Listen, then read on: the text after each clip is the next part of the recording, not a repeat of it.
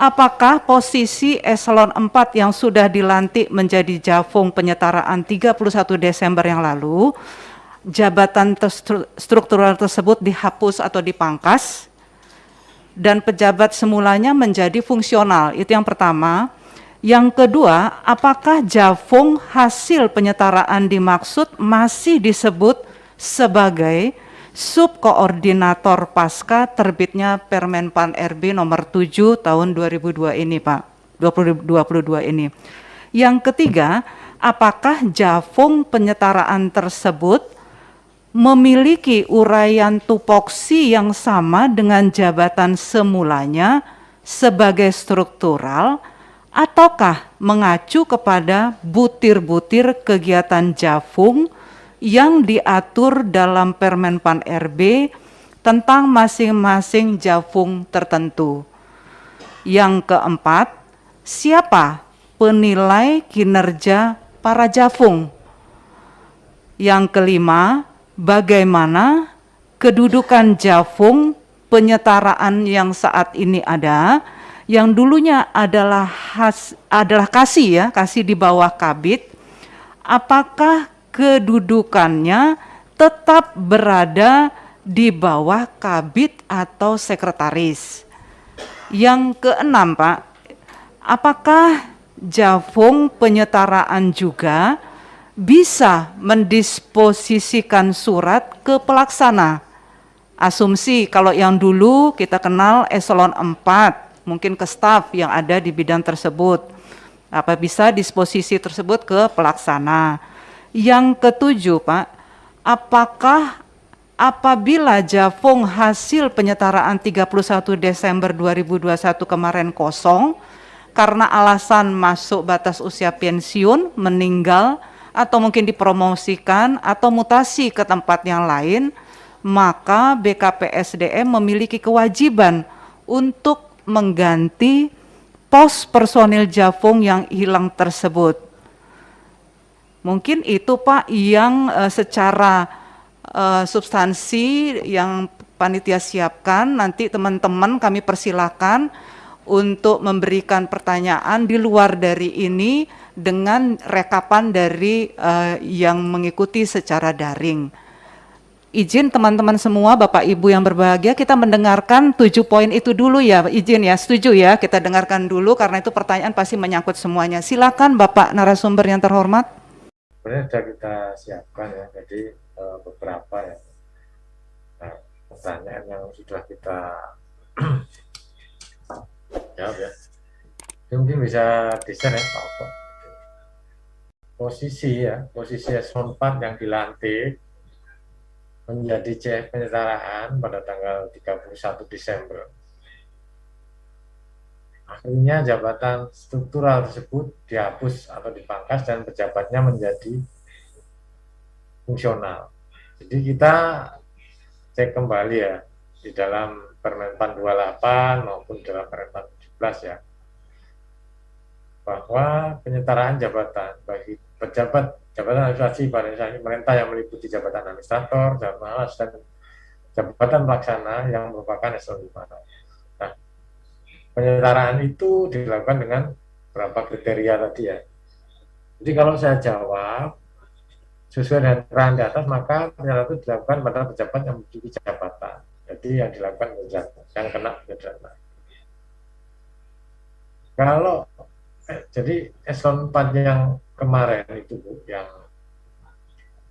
yang disederhanakan, akhirnya dilakukan penyetaraan menjadi jabatan fungsional, itu berarti jabatan strukturnya sudah nggak ada di situ.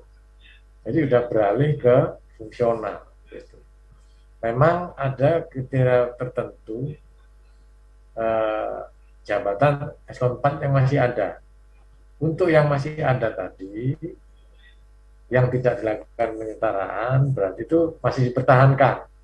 Nah, kalau masih dipertahankan, itu bisa diisi kembali. Tapi kalau yang sudah digantikan dengan pejabat fungsional, dalam hal ini mungkin sudah dilakukan penyetaraan, itu sudah tidak ada tidak diisi lagi. Sehingga intinya dalam satu unit itu tinggal ada dua layer saja. Jadi yaitu layer pertama mungkin yang level 1, mungkin kepala UPD-nya, level 2 adalah kapoknya. Itu sudah menjadi dua layer sesuai dengan transformasi yang disampaikan oleh Pak Presiden tadi. Jadi dua layer yang pertama.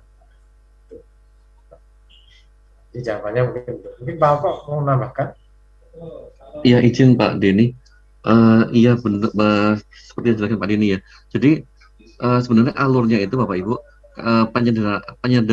penyetaraan jabatan itu kan dilakukan setelah adanya penyederhanaan struktur seperti itu kan ya. Bukan dibalik kan ya, bukan penyederhanaan struktur, bukan penyetaraan jabatan dulu baru penyederhanaan struktur. Jadi struktur itu tidak ada. Jadi orang pejabat-pejabat yang terdampak itu baru disetarakan seperti itu. Jadi otomatis misalnya pejabat level 2 yang sudah disetarakan berarti otomatis jabatan kotanya itu sudah tidak ada. Kenapa kok tidak ada? Ya karena ada penyetaraan struktur, makanya pejabat-pejabat yang tidak ada itu disetarakan jabatannya seperti itu. Jadi alurnya seperti itu Bapak Ibu. Jadi jabatan struktural itu apakah dihapus? Ya jelas-jelas dihapus karena pejabatnya sudah disetarakan seperti itu mungkin itu. Mungkin itu Pak Denny. Ini ya penjelasannya. Tambahannya Pak.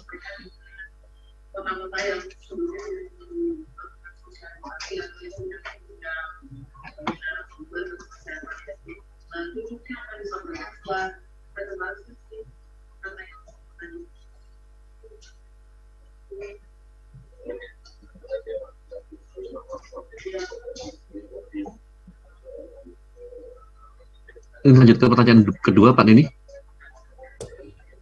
Oh, lanjut Pak. Dulu nanti sudah capai. Iya, baik Pak. Pertanyaan kedua. Ya, untuk pertanyaan kedua, apakah Jafung JF hasil penyataan di Maksud masih disebut sebagai subkoordinator pasca terbitnya Permenpan 7 2022? Sebenarnya dengan terbitnya Permenpan 7 itu ada ketentuan tentang peran koordinasi sebagaimana dimaksud dalam pasal 28 itu sudah dicabut Bapak Ibu. Jadi artinya berarti dengan adanya Permenpan 7 itu sudah tidak ada lagi namanya subkoordinator maupun koordinator. Seperti itu. Namun perannya itu dilakukan sekarang oleh ketua tim seperti itu. Selanjutnya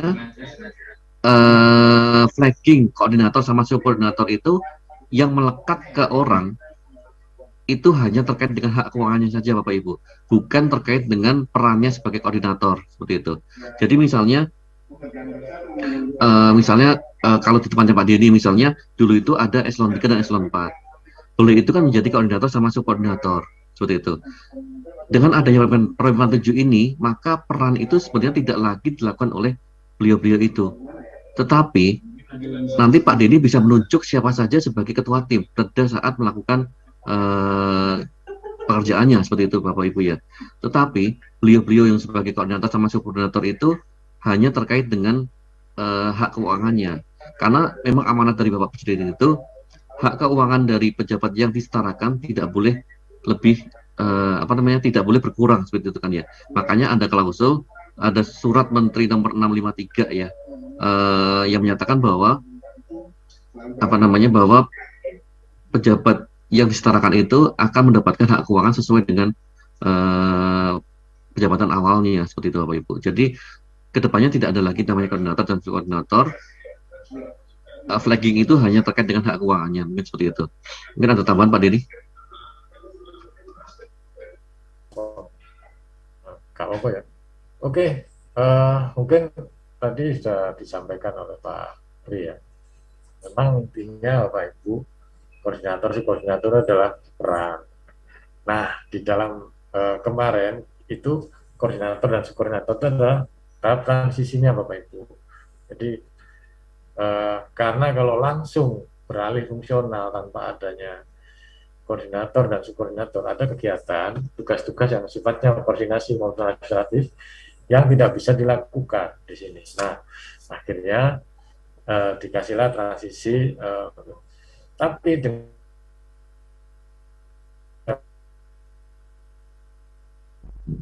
masa transisi, tapi itu kedepannya makanya peran koordinator dan subkoordinator itu tugasnya ya, yang untuk melakukan koordinasi dan ini itu sudah di dalam Permen 7 dilakukan oleh ketua tim seperti itu.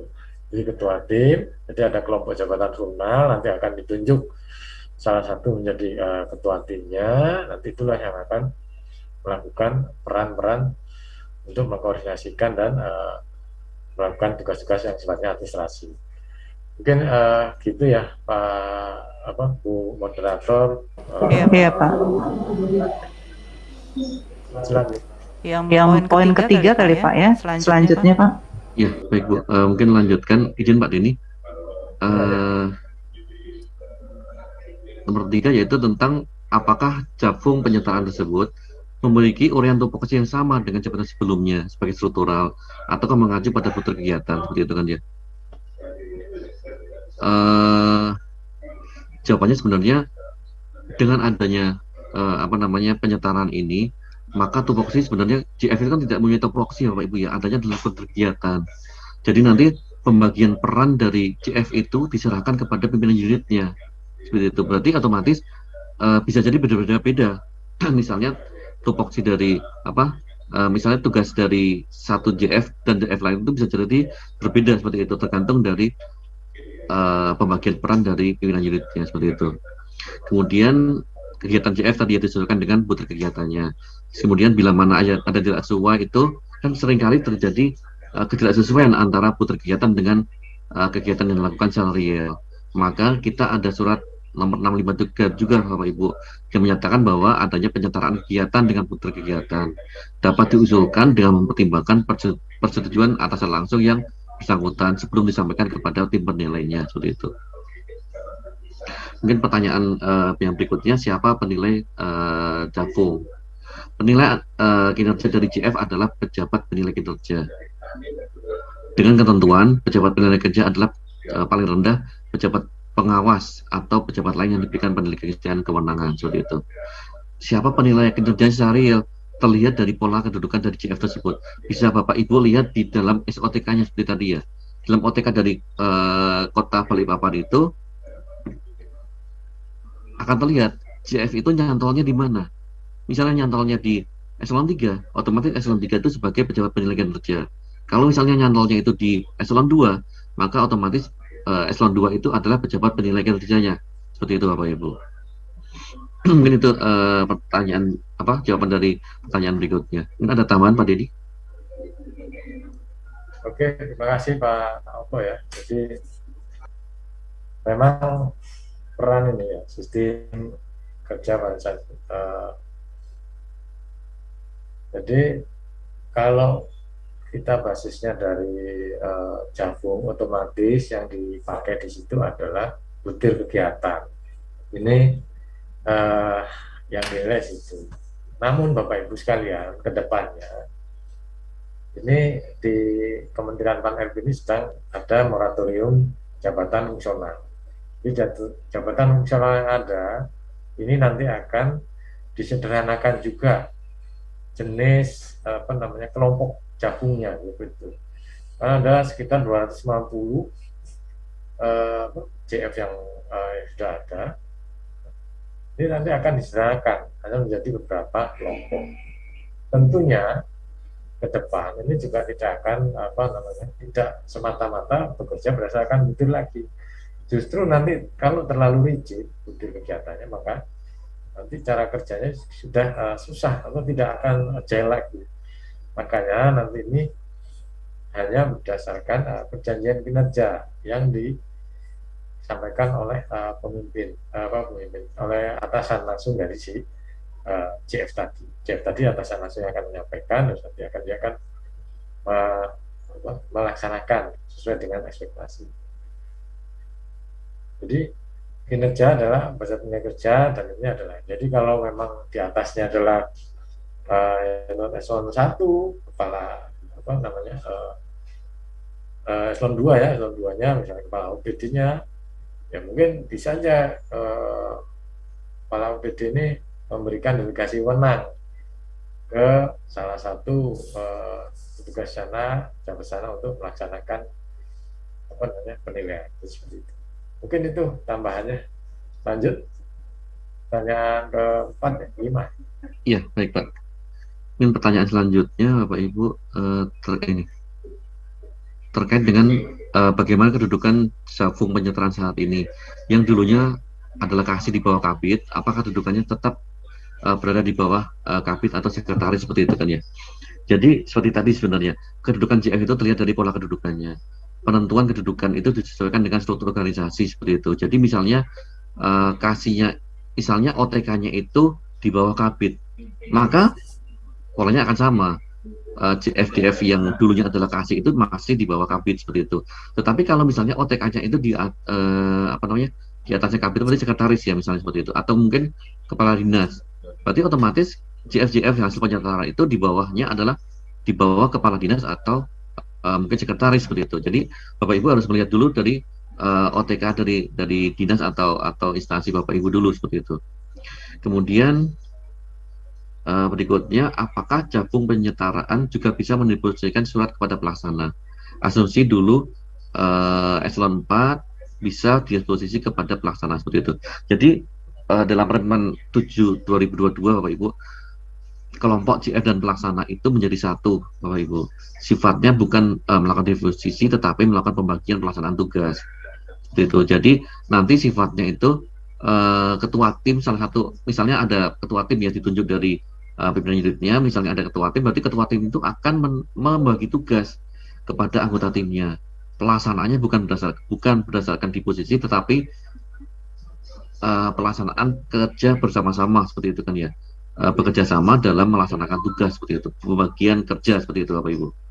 Kemudian berikutnya, apakah apabila Jafung hasil penyetaraan kosong karena memiliki alasan memasuki batas usia pensiun, meninggal, promosi atau mutasi ke instansi lain, apakah BPKP SDM memiliki kewajiban untuk mengganti personel yang hilang seperti itu kan ya?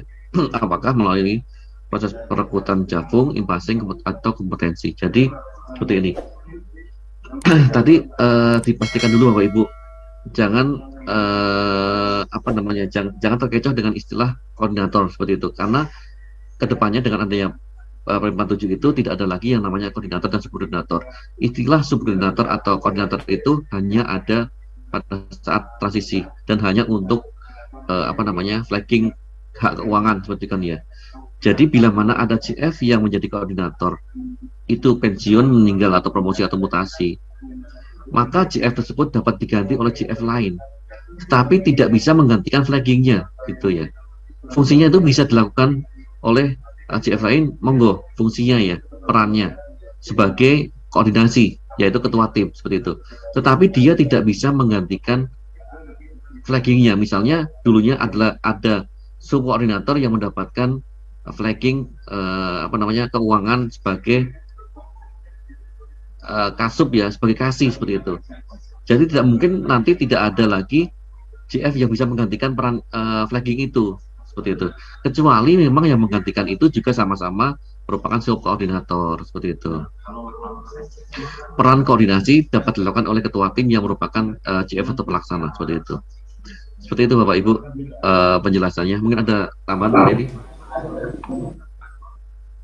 Iya Pak. Jadi memang kita harus membedakan ya. Yang kemarin sudah diangkat subkoordinator dan koordinator itu tidak bisa diganti. Yang tidak bisa diganti itu koordinator dan subkoordinator, atau juga kita juga tidak bisa mengangkat baru seperti itu, karena memang koordinator dan subkoordinator ini adalah untuk masa transisi untuk melindungi supaya salah satunya adalah tidak turun untuk take home pay-nya atau grading-nya seperti itu. Jadi kalaupun memang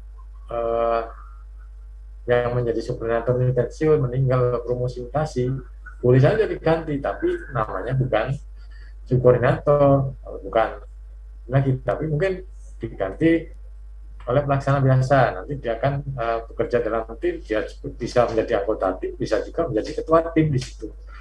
Nah, ini yang menggantikan nanti seperti itu. Jadi tidak ada lagi istilah-istilah koordinator maupun subkor. Jadi ke depannya itu. Kemudian kedudukan, ya. Makanya kedudukan itu semua jabatan nasional adalah langsung kedudukan di pejabat penilai kinerjanya, langsung di bawah itu. Jadi misalnya nanti mau, memang ada ya beberapa contoh best practice ya, misalnya kayak di Kementerian Kesehatan itu ada dirjen di atas, kemudian di bawahnya adalah direktur, kemudian sudah tidak ada lagi struktur di sana, sudah langsung fungsional. Jadi di bawah eselon 2 itu langsung fungsional. Tapi ada satu kasubag yang setingkat eselon 4 yang menjadi TU di situ. Nah, kasubag ini itu nanti yang akan melaksanakan tugas-tugas sifatnya administrasi yang jangka panjang, ya, seperti itu. Nah, inilah nanti kedudukannya begini. Si Jafung ini tetap di atas langsung ke direktur tadi.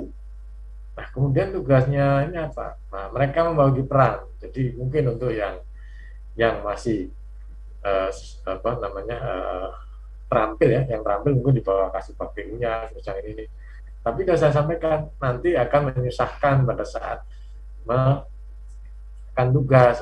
Jadi tetap ke atas, hanya nanti dibantu oleh TU-TU tadi. Ini ada di beberapa kementerian seperti itu. Mungkin itu ya tambahannya